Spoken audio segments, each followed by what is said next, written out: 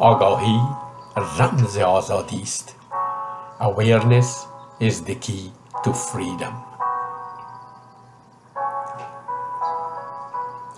عقلانیت علمی نوری است که در تاریکی گمان و تعصب میتابد.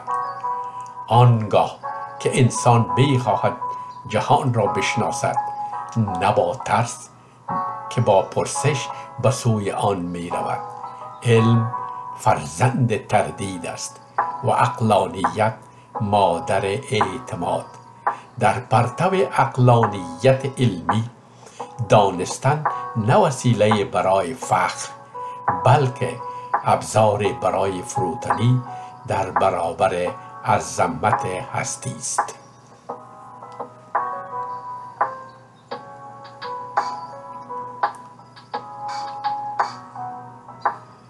عقلانیت علمی یعنی شنیدن صدای آرام عقل در میان فریاد احساس و باور، یعنی سنجیدن،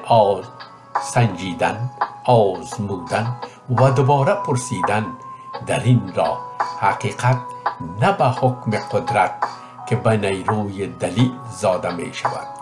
هر آزمایش گامی است از جهل به آگاهی و هر اندیشه پل از تاریکی به روشنایی است.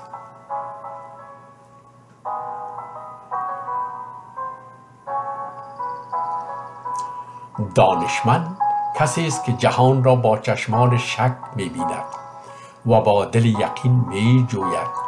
عقلانیت علمی او را از تعصب می‌رهاند و به فروتنی می‌آموزد. در نگاه او هیچ دانش مقدس نیست مگر آن که در آزمون خرد پایدار بماند.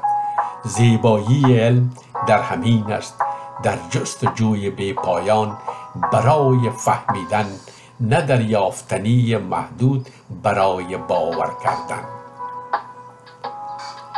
عقلانیت علمی همان ستاره است که بشر را از شب نادانی بیرون آورده است.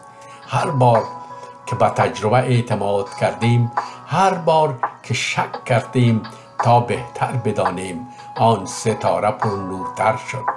امروز نیز اگر راه حقیقت را می جوییم، باید چشمانمان را نه با باورها بلکه به دلیل ها بسپاریم.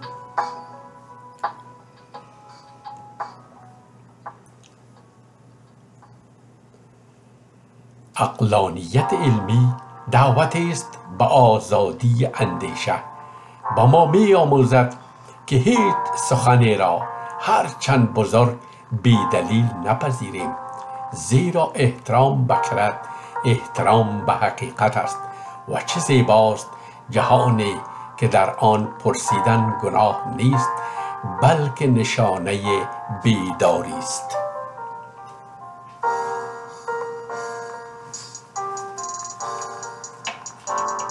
آگاهی رمز آزادی است.